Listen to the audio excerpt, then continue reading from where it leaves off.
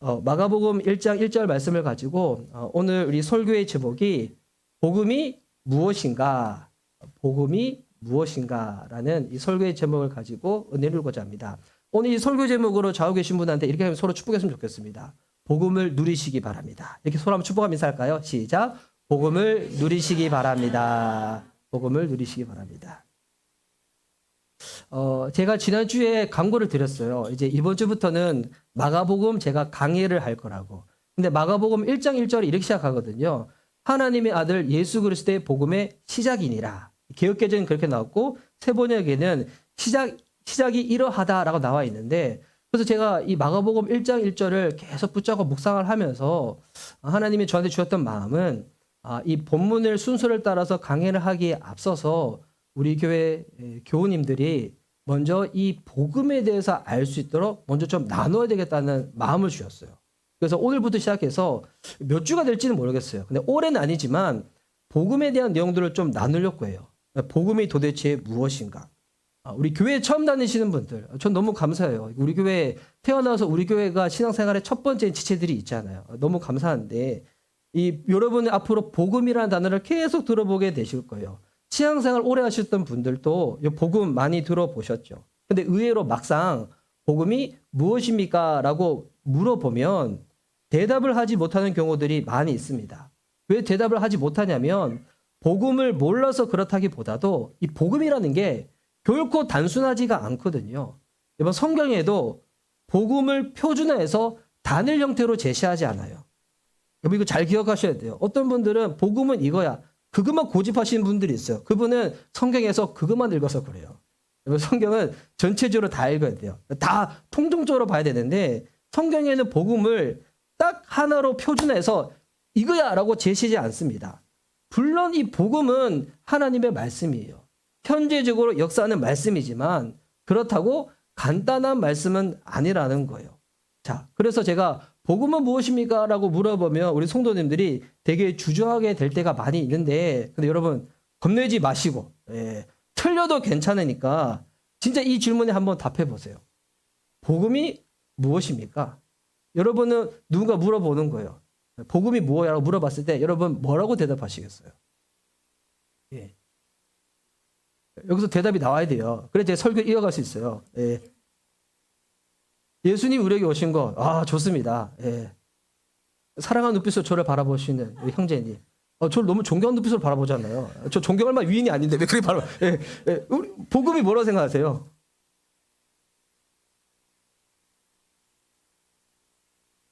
예수님 알게 되는 거, 그렇죠. 예. 또 복음이 뭘까요? 예. 좋은 소식, 그렇죠. 제가 오늘 설교를 준비할 때 제가 다시 한번 말씀드리지만 저는 설교 수준을 중학생에 맞춰서 준비해요. 예. 그렇게 되지 못할 때도 많이 있지만 중학생에 맞춰서 원래 중3에 맞추려고 했다가 이제는 제가 학년을 더 다운그레이드 시키려고요. 예. 우리 이제 우리 순천에서 우리 은하가 올랐기 때문에 우리 진짜 중학생 1학년에 맞춰서 한번 해보려고요. 근데 저도 노력을 해야 될 것 같아요. 저도 가끔 쓰는 이 단어가 좀 어려운 단어를 쓸 때가 있어. 제가 한 번에 되지 않지만 하여튼 수준을 확 낮춰가지고 중학생 이 수준에 맞춰서 하려고 하는데, 뭐 하나님이 오신 것, 예수님에 대해서 좋은 소식, 여러분 다 맞는 내용이에요. 여러분 말한 게 틀리지가 않아요. 이게 다 복음의 내용이고 복음 안에 담겨져 있는 거예요. 여러분 말한 것을 종합해서 제가 한 문장으로 말씀드리면 이거죠. 복음이 뭐냐면 저와 여러분이 위험으로부터 어떻게 구출되었는지에 대한 말씀이에요. 그러니까 저와 여러분이 위험에 처해 있는데 이 위험으로부터 어떻게 구출되었는지에 대한 말씀이에요. 그래서 여러분 이 복음은 우리 인간의 삶을 송두리째 바꾸는 영향력 있는 사건이 발생한 거예요. 근데 그 발생한 사건에 대한 소식이에요. 잘 기억하셔야 돼요. 이미 사건이 발생할 거예요, 한 거예요? 사건이 발생한 거예요. 발생한 사건에 대한 소식이에요. 그래서 여러분 이 신앙생활 할 때 복음을 잘못 이해하게 되면 신앙생활이 어떻게 되냐면 되게 무거워져요. 기독교를 오해할 때 왜 이렇게 기독교는 나한테 자꾸 이렇게 저렇게 하라 할 게 많은가? 짐으로 다가와요. 영어로 하면 burden. 예, 괜찮죠? 예, 짐으로 다가와요. 우리가 신앙생활 할 때 종교성을 완전히 배제할 수는 없어요. 예, 종교성을. 여러분 우리 교회도 지금 예배 드릴 때 종교적인 부분이 있지만 복음을 알게 되잖아요. 그럼 종교성이 덜어지게 돼요. 가벼워지게 돼요. 하나님이 우리에게 허락하신 복음은 무겁지가 않아요. 주님이 우리에게 허락하신 신앙의 길은 짐이 아니에요. 근데 우리가 이게 짐으로 느껴질 때가 있잖아요. 부담으로 느껴질 때가 있잖아요. 왜 그런지 알아요? 복음을 종교로 오해하기 때문이에요. 복음을 율법 폐기로 오해하기 때문이에요.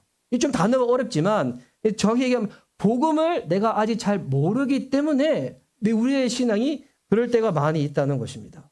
그래서 오늘은 복음의 핵심을 여러분이 이해할 수 있도록 세 가지로 정리해서 말씀을 드릴 건데 오늘 제가 전하는 말씀을 여러분이 이해할 수 있도록 제가 그렇게 최대한 말씀드리겠지만 오늘 이해 다 못해도 괜찮아요.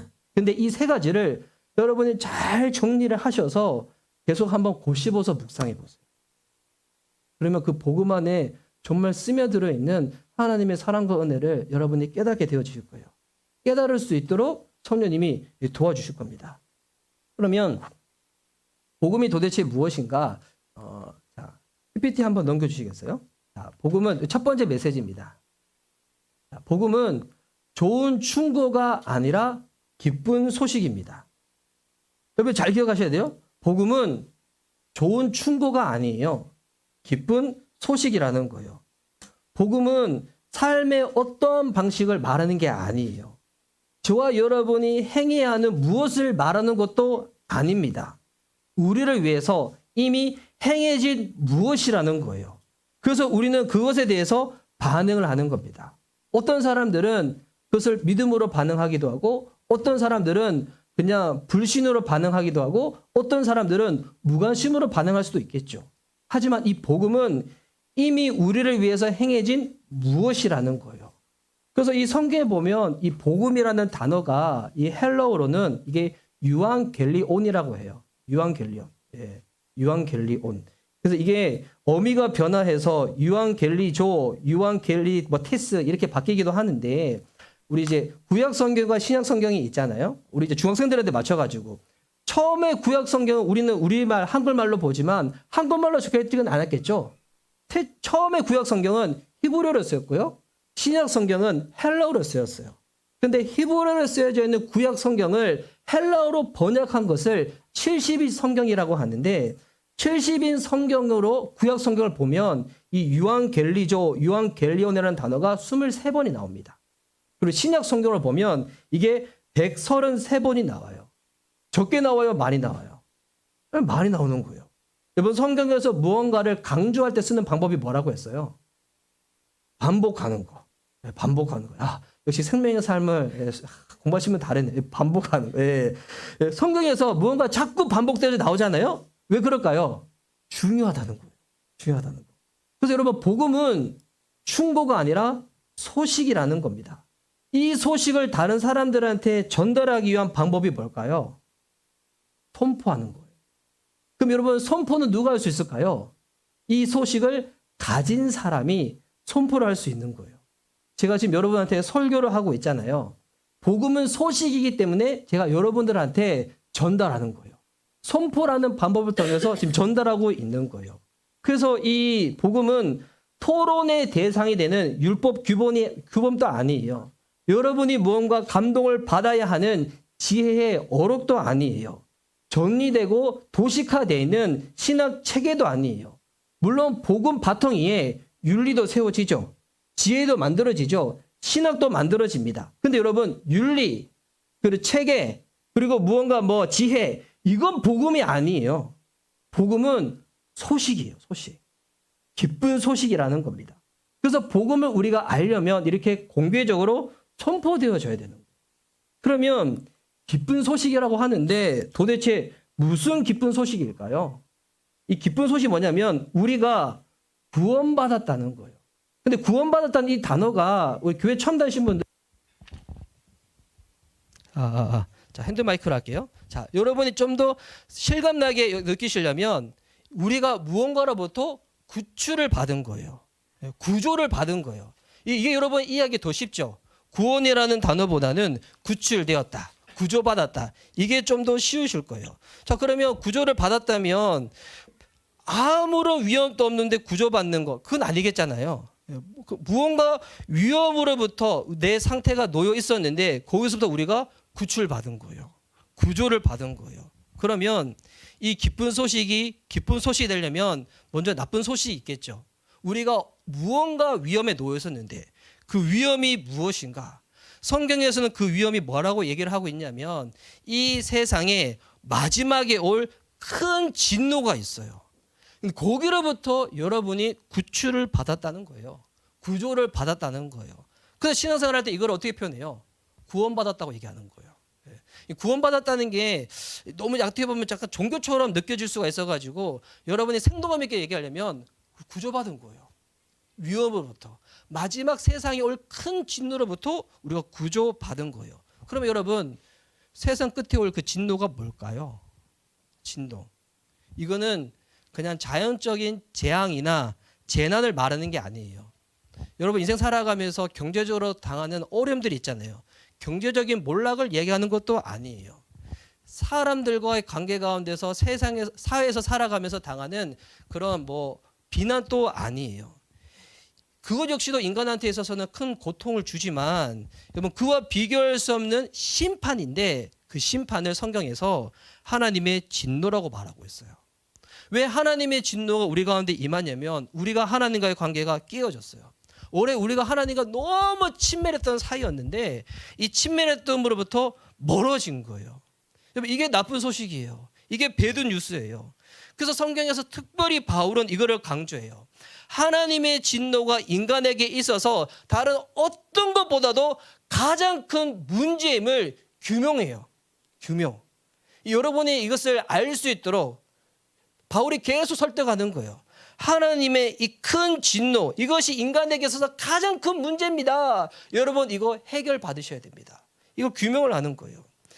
창세기 3장에 보면 하나님의 진노가 이 세상에 임한 거는 뭐 때문이에요? 인간의 죄 때문이에요. 이 죄로 인해서 인간은 하나님으로부터 어떻게 됩니까? 단절되었습니다. 그런데 이 단절로 인해서 심리적인 단절이 있습니다. 냉소를 갖게 돼요. 우리가 수치심과 두려움을 느끼게 된 것도 이 죄로 인한 단절로 인해서 생기는 거예요. 근데 이거는 여기서 끝나지 않아요.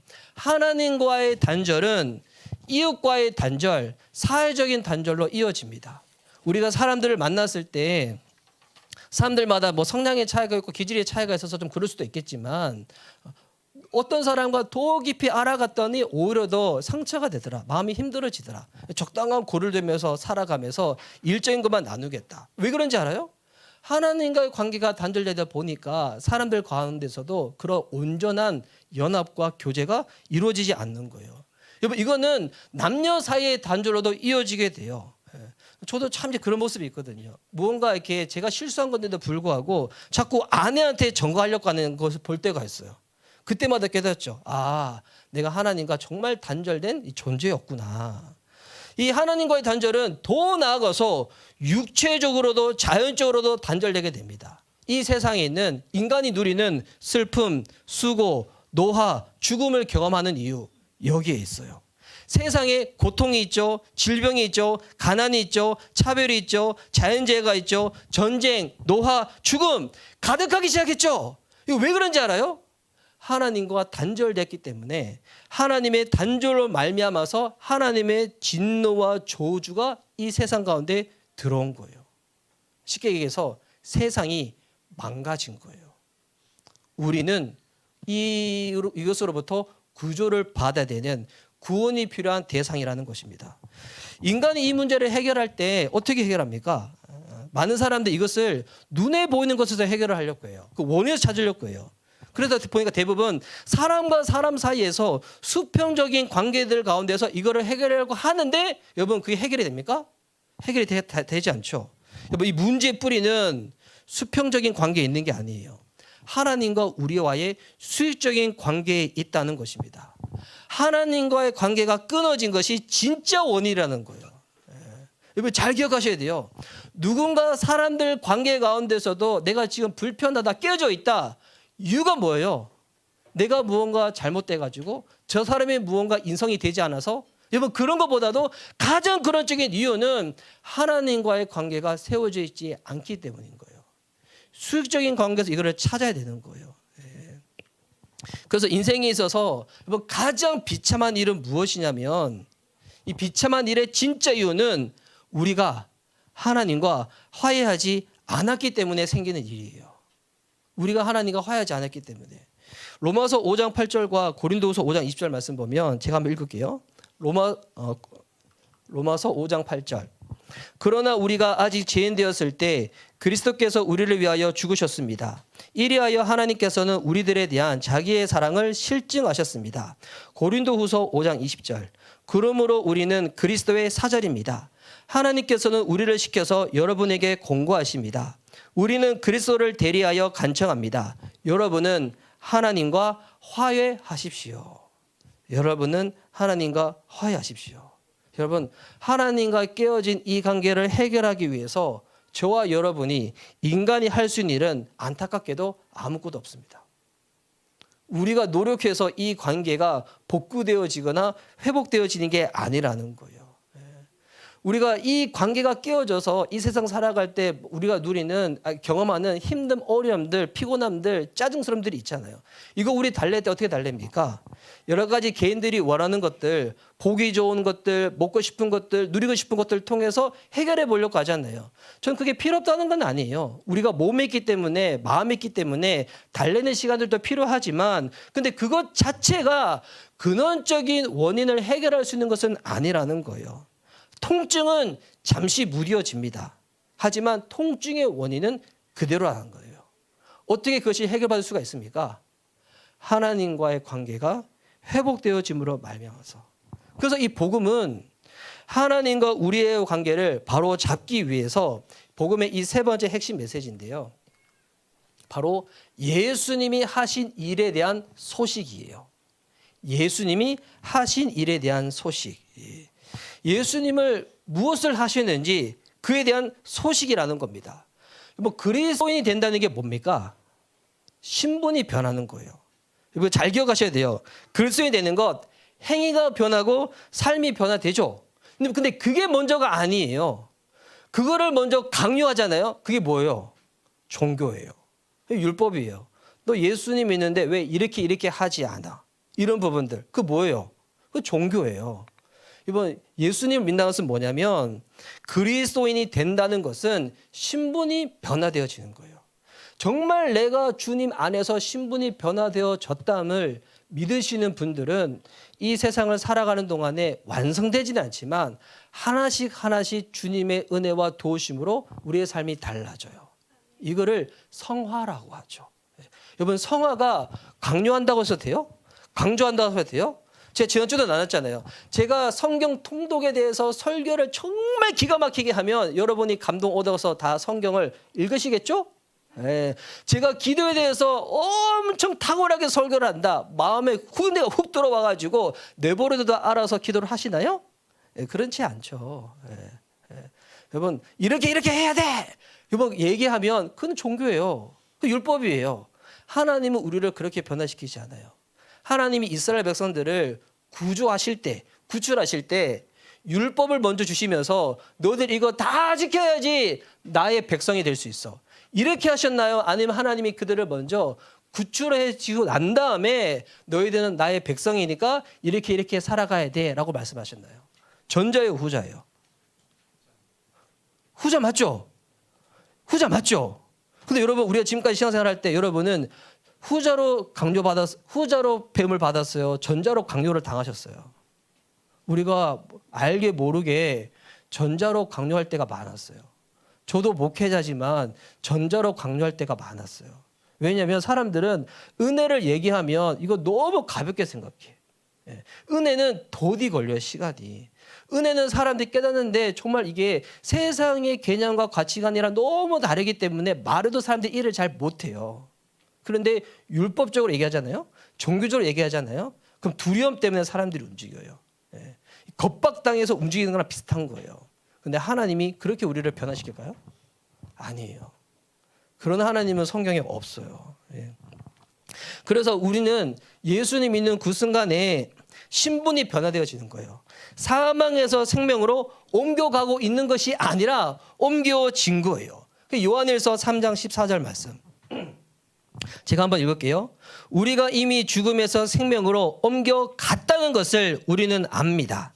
이것을 아는 것은 우리가 형제 자매를 사랑하기 때문입니다. 사랑하지 않는 사람은 죽음에 머물러 있습니다. 자, 이 성경 말씀에 의하면 옮겨가고 지고 있다는 거예요? 옮겨갔다는 거예요?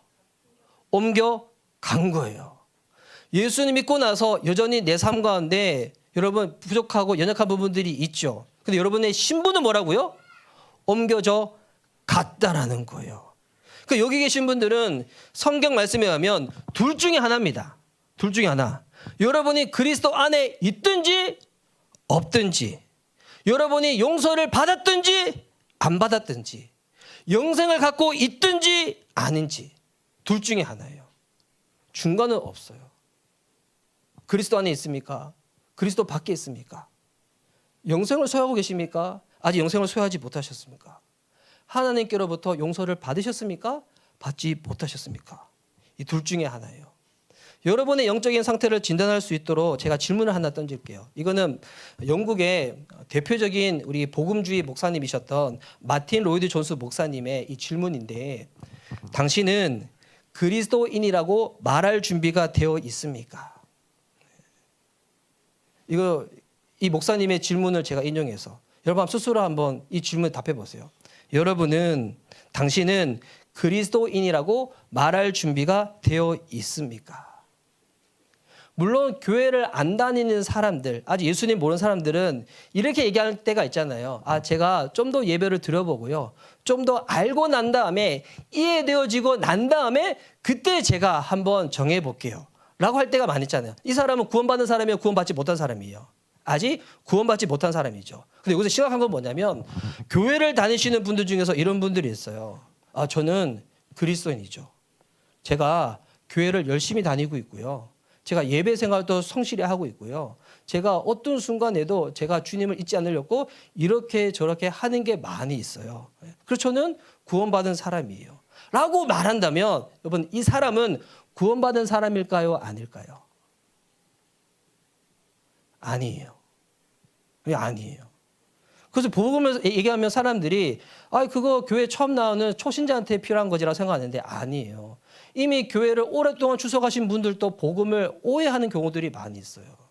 왜 이 사람이 구원받지 못한 사람일까요? 아니면 이 사람이 구원받았는데 아직 제대로 몰라서 그럴 수도 있어요. 왜 그러냐면 이 사람은 구원의 근거를 어디에 두는 거예요? 자기 행위에 두는 거예요. 자기 삶에 두는 거예요. 여러분 그 사람은 아직 구원받지 못한 거예요. 그리스도인이 되기 위해서 더 나은 사람이 되어야 할 것 같아 라고 생각하시는 분들이 있어요. 여러분 그거는 복음이 아니에요. 그건 진리가 아니에요. 굉장히 겸손해 보이죠. 내가 그리스도인이 되기 위해서 내가 더 노력할게요, 더 나아질게요. 여러분 이거는 악마의 거짓말이에요. 믿음을 부인하는 거예요. 표현이 되게 심하죠. 이게 제 표현이 아니에요. 마틴 로이드 존스 목사님이 이렇게 표현하셨어요. 그렇게 생각하시는 분이 있다면 여러분은 지금 악마한테 속고 계신 거라고. 복음은 그렇지 않다는 거예요. 기독교의 구원의 핵심이 뭔지 알아요?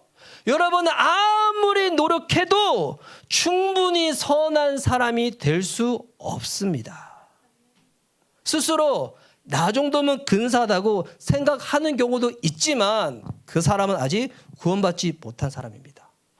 기독교의 구원의 핵심은 오직 주님만이 선하시며 내가 그분 안에 있음을 고백하는 거예요. 기독교 구원의 핵심 뭐라고요? 나의 행위가 근거가 아니에요. 그분만이 선하시며 그분의 은혜로 내가 주님 안에 거하고 있습니다. 여러분 그리스도 안에 거하는 삶, 여러분의 행위와 노력으로 되는 게 아니에요. 여러분이 예수님을 영접하는 그 순간에 여러분 진짜 놀랍게도 여러분은 주님 안에 거하는 자가 되신 거예요. 이걸 많은 사람, 이거는 뭐 우리들뿐만이 아니라 기독교 역사 가운데서 위대한 신앙의 인물들도 이거를 늦게 깨달은 케이스들도 많이 있어요. 내가 주님 안에 이미 거하고 있었구나. 예수님이 포도나무고 나는 가지라서 이미 붙어있는 자였구나. 그런데 우리는 대부분 신앙생활을 붙으려고 노력을 해. 붙으려고 열심을 해. 그것을 교회에서 칭찬을 해. 이 종교적인 방법을 사용하는 거죠. 근데 그거는 복음이 아니라는 거예요. 그리스도인이 되는 것, 여러분이 더 나은 사람이 되는 것을 의미하지 않습니다. 그리스도인이 되는 것은 하나님과 나와의 관계 가운데 변화가 일어나는 거예요. 예수님을 믿고 우리의 삶을, 자신을 그분께로 맡겨드릴 때 여러분 삶 가운데 즉각적인 신분의 변화가 일어나게 되는 거예요. 그분을 영접하고 그분께 내 삶을 맡겨드릴 때 신분의 변화는 그 순간 일어나는 거예요. 근데 이게 쉽게 받아들이지 않죠? 왜? 이 은혜의 개념은 세상에 없는 거거든요. 우리는 익숙한 게 뭐냐면, 그래도 이렇게 해야 될 것 같은데, 저렇게 해야 될 것 같은데, 이것만큼 해야 될 것 같은데, 그러면 내가 구원받았고, 교회 다니고, 기독교인이라고 내가 말할 자신이 있을 것 같은데, 오늘 우리 주일날 예배 시간 오신 거 너무 잘하셨어요. 너무 훌륭하시고, 너무 잘하셨어요. 그런데 여러분, 주일날 아무리 먼 거리에서 예배당까지 왔다고 할지라도 그것이 여러분이 그리스도인이 됐다는 것을 의미하지는 않아요. 어떤 분들은 목사님 제가 교회 열심히 다니겠다 목사님께 얘기했는데도 불구하고 제가 주일 성수도 잘 못하고 계속 이것을 미루고 못하고 있어요. 여러분 그렇다고 해서 여러분이 그리스도인이 되지 못하는 것도 아니라는 거예요. 우리의 행위가 근거가 아닙니다. 주님의 은혜로 그분 안에 머물게 되는 거예요. 그래서 이 제임스 패커 목사님이라고 이제 최근에 몇 년 전에 돌아가셨는데 20세기 가장 훌륭한 복음주의 우리 목사님이자 신학자 변증가인데 이 제임스 패커 목사님이 복음을 아주 간단하게 요약을 했어요. 이 한 문장으로 한번 띄워주겠어요. 이 목사님 26년도 태어나셨는데 2020년도에 소천하셨어요. 오랫동안 사셨죠. 제임스 패커 목사님이 쓰신 여러 책들이 있는데 이 책들은 우리 그리스도인 청년이라면 한번 읽어봐야 돼. 노인갓 하나님을 아는 지식 그리고 성령을 아는 지식이 나와 있는데 너무 좋은 책들이거든요. 이 제임스 패커 목사님은 복음을 이렇게 한 문장으로 한 요약을 봤어요. 뭐로 요약하시는가? 하나님이 죄인들을 구원하신다. 하나님이 죄인들을 구원하신다. 뭐야 목사님 그 얘기 이 표현 저는 이미 너무 많이 들어온 표현인데요. 근데 이게 뭐 그런 표현이에요. 근데 이거를 제임스 패커 목사님은 한 단어 한 단어를 이렇게 설명해 드려요. 먼저는 하나님. 한번 넘겨볼까요? 하나님 어떤 하나님인가? 그리고 죄인들 구원하신다. 먼저 하나님은 성부, 성자, 성령 삼위일체 하나님이죠. 우리 삼일체 하나님, 우리 성탄절 예배 때 제가 한번 말씀드렸죠. 여러분 사랑은 우리가 만들어서 일어나는 게 아니라고 했죠. 왜? 태초 전부터 삼일체 하나님이 계셨는데 삼일체 하나님은 공동체잖아요. 공동체의 속성이 뭐예요? 사랑이라고 했죠. 그래서 사랑은 태초 전부터 있었어요. 하나님으로부터 사랑의 출처가 하나님이에요. 그래서 성부, 성자, 성령 하나님이 사랑으로 함께 하시는데 성부 하나님은 선택된 백성들의 구원을 이루시기 위해서 택하시는 하나님이시고 성자 하나님은 구속함으로 성부 하나님의 뜻을 이루시고 성령 하나님은 우리 안에서 날마다 새롭게 함으로써 성부 하나님과 성자 하나님의 이 목적을 이루어 가십니다. 좀 표현이 어렵죠? 하여튼 쉽게 이렇게 생각하세요. 삼일체 하나님이 구원의 주체가 되시는구나. 그런데 구원의 대상은 누구예요? 죄인들입니다. 왜 죄인인가? 여러분 죄의 기준은 우리가 아니에요. 죄의 기준은 세상이 아니에요. 죄의 기준은 이상한 목사님이 성도들을 생각하는 그것도 아니에요. 죄의 기준은 하나님 보시기에 하나님이 기준이라는 겁니다.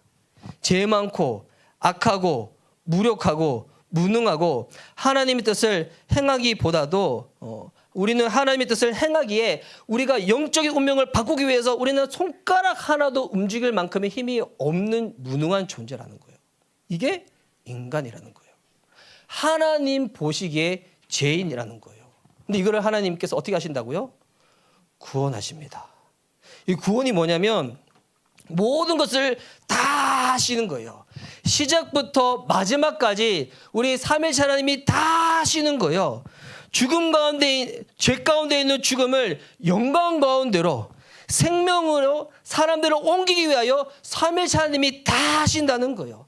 하나님께서 계획하신 것을 이루시고 우리를 구속하시고 우리를 부르시고 우리를 보호하시고 우리를 의롭게 하시고 우리를 거룩게 하시고 마침내는 하나님 나라 들어갈 때 여롭게 하시는 것. 누가 한다고요? 내가 한다고요? 아니에요. 하나님이 다 하시는 거예요. 하나님이 다 하시는 가운데 내가 믿음으로 주님과 함께 동참하며 나가는 거죠. 그리스도 안에서. 그래서 여러분, 저와 여러분은 이 복음이 필요합니다. 아직 예수님을 영접하지 않으시는 분들 뿐만이 아니라 이미 예수님을 영접하셨지만 어느 순간부터 이 신앙생활이 부담이 되어지고 짐이 되어지고 기쁨을 잃어버리고 하나님보다는 하나님을 통하여 내가 더 이루고 싶은 것들 가운데 내 마음이 빼앗겨져 있고 성경에서는 그것을 뭐라고 얘기하고 있어요? 우상이라고 말하고 있잖아요. 내가 하나님보다 더 사랑하는 것, 내가 하나님보다 더 의지하는 것. 이거 눈에 보이는 것이 아니라 그 안에 숨겨져 있는 인정받고 싶은 것, 통제하고 싶은 것들, 힘을 얻고 싶은 것들, 권력 누리고 싶은 것들. 하나님보다 내가 그걸 더 추구하면 그게 여러분 우상이 되는 거예요.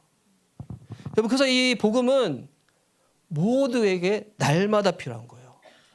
이거는 다음 주에 한번 나눌 건데 이미 교회를 다니신 분 중에서 이런 분들이 간혹 진짜 있어요. 복음을 제가 나눌 때 목사님 저는 초신자 아니기 때문에 복음 말고 다른 것 좀 얘기해 주세요. 뭐 이렇게 제가 다른 부분에 있어서 내가 더 알고 싶으니까 뭐 훈련 받고 싶은 것들, 양육 받고 싶은 것들 이런 것들 좀 더 얘기해 주세요.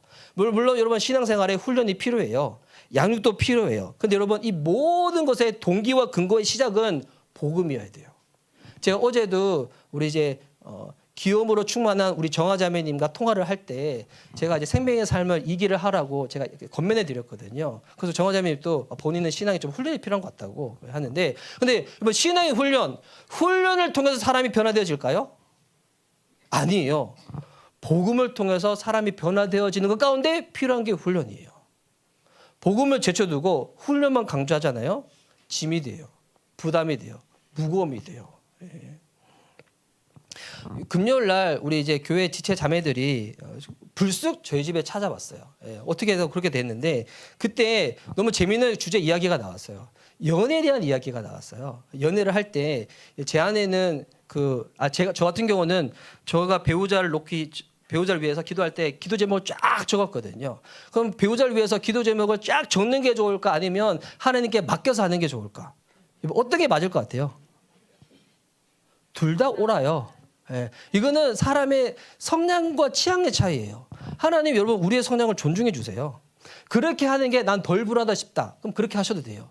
난 그렇게 하는 거 나 굳이 귀찮다. 그렇게 하지 않아도 돼요. 운전할 때마다 기도하시는 분들이 있죠. 기도하셔도 돼요. 운전할 때마다 기도 안 하고 맡기시는 분들이 있죠. 그렇게 맡기셔도 돼요. 그것 자체는 중요하지 않아요. 뭐가 중요한 걸까요? 왜 그렇게 기도하려고 하는지 나의 동기와 근거가 중요한 거죠. 이 동기와 근거가 복음이라면 하나님이라면 여러분 어떠한 방식이든 여러분 옳습니다. 그런데 복음이 아니에요. 하나님이 아니에요. 그냥 하나님보다 나 이게 더 원해요. 이게 더 앞서잖아요. 어떤 방식을 하든지 여러분 그거는 복음적이지 않아요. 그건 하나님이 기뻐하지 않는 일이라는 거예요. 저는 우리 교회가 올해 성장했으면 좋겠습니다. 그 자리가 부족해가지고 교제 나눌 때도 식사 장소가 부족해서 옆에 있는 비어있는 공간을 우리가 사용했으면 좋겠어요. 우리 교회 성도님들도 더 많이 오시고요. 그리고 동력자도 세워지고 동력자도 만들어지면 좋겠어요. 교회 성장하는 거, 교회 키우는 거 옳은 거예요, 나쁜 거예요? 교회가 무언가 이제 건물을 짓는다. 옳은 거예요, 나쁜 거예요? 그거 자체는 선도 아니고 악도 아니에요. 우리의 필요에 따라서 할 수도 있고 안 할 수도 있는 거예요. 근데 중요한 거는 그걸 하고자 할 때 그 목사님이 왜 그렇게 하려고 하는지 그 동기를 보는 거예요. 동기. 근데 그 동기가 내가 교회가 성장해야지만 다른 목사님들과 만날 때 내가 움츠러들지 아니하고 내가 이런 사람이라고 얘기할 수 있기 때문에 교회가 성장했으면 좋겠다. 이건 세상이죠. 이 복음이 아니죠. 이거는 종교죠. 이건 바벨탑이죠.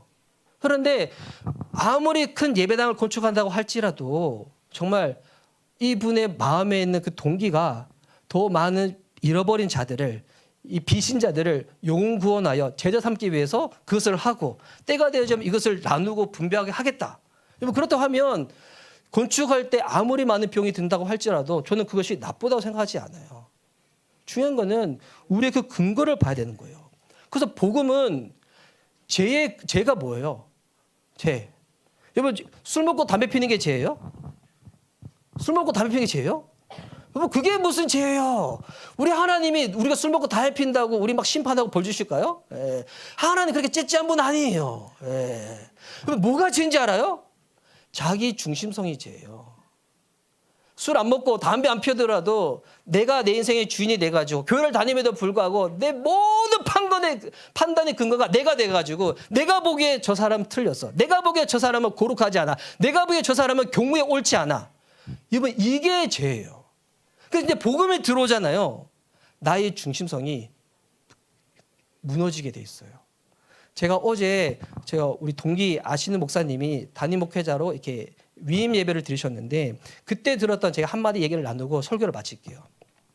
그때 저희를 훈련하셨던 목사님, 예수향남교회 정각신 목사님이 권면사를 받으셨어요. 권면사에 쓰셔가지고 이제 담임 목회자가 되시는 분한테 말씀을 전하시는데 이제 이런 결단을 하라고 얘기를 하시는 거예요. 어떤 결단이냐면 이제 아무개 목사님은 교회 성도님들로 인하여서 나는 어떻게 행복한 목회자가 되었을까라는 질문을 하지 않기로 결단하라고. 오히려 나로 인해서 우리 성도님들이 어떻게 행복하게 신앙생활을 할 수 있는지 그에 대해서 스스로 질문하시라고. 성도님들한테 이렇게 권면하시는 거예요. 새로운 목사님 오셨으니까 목사님이 어떻게 우리를 충족시켜 주실까, 행복시켜 주실까 이렇게 질문하지 마시라고. 이건 자기 중심성이잖아요. 목사님과 함께 협력해서 도와서 어떻게 하나님이 우리 교회에 허락하신 이 사명과 부르심을 우리가 함께 순종하고 이행할 수 있을까? 이렇게 질문을 던지시라고. 여러분, 그래서 복음은 우리를 새롭게 합니다. 예수님 처음 믿든지 오래 다녔든지 우리는 날마다 복음이 필요해요. 어젯밤에 우리 교회 아내랑 저랑 와서 이제 교회 청소를 하고 화장실 청소를 하고 오늘 화장실 갔는데 제가 감동받았어. 제가 너무 깨끗하게 청소했어요. 예. 바닥까지 제가 다 닦았어요. 예. 저는 내버려두면 깨끗하게 청소하는데 괜히 아내가 시키면 반발심이 올라와. 나 재성이야. 나 재성인 인간이야. 예. 내버리면 하는데 근데 어제 아내가 또 시키는 거예요. 저한테 지금 오늘 준비한 음식이 많아서 늦게 도착하니까 미리 화장실 청소 좀 해주세요. 그래서 제가 깨끗하게 청소했어요. 제가 자매님도 더 행복하라고 더 깨끗하게 했더니 하필 4층에서 우리 디자인 회사 있잖아요. 자매님이 야근하고 있었어. 제가 막 하고 있으니까 목사님 감사합니다. 평소에 제가 잘 안 했는데. 네. 그런데 막 하고 나서 제가 아내랑 얘기 나눌 때 보니까 내가 어떤 성도님들이 힘들어하는가 얘기를 좀 나눴어요. 봤더니 저 어떤 성도님이 제일 힘들어하냐면 신앙 있고 없고가 중요하지 않아요. 매너, 예의, 경우.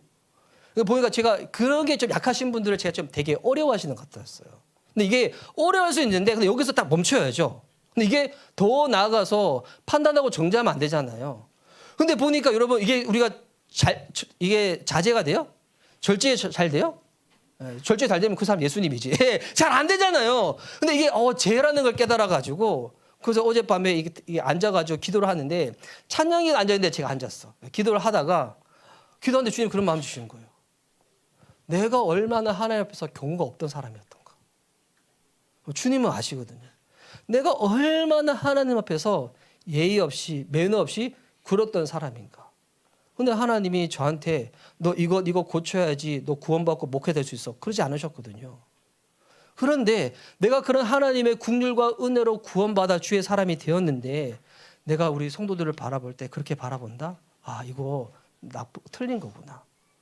하나님이 내게 베푸신 그 긍휼과 은혜로 바라보고 기다리고 품어줘야 되는 거구나. 복음은 우리를 이렇게 날마다 새롭게 만들어져 가는 거예요. 여러분 이 복음의 은혜를 깨닫고 누릴 수 있는 저와 여러분 되었으면 좋겠습니다. 여러분 오늘 제가 보면서 처음으로 나눴는데 다음 주 또 몇 주 좀 나눌 거예요. 근데 이거 오늘 설교까지 딱 들으면 나중에 여러분이 복음 또 오해할 수도 있어. 어떻게 하냐면 우와 하나님의 은혜로 말미암아 내가 구원받았구나. 이야 나 마음대로 살아야지.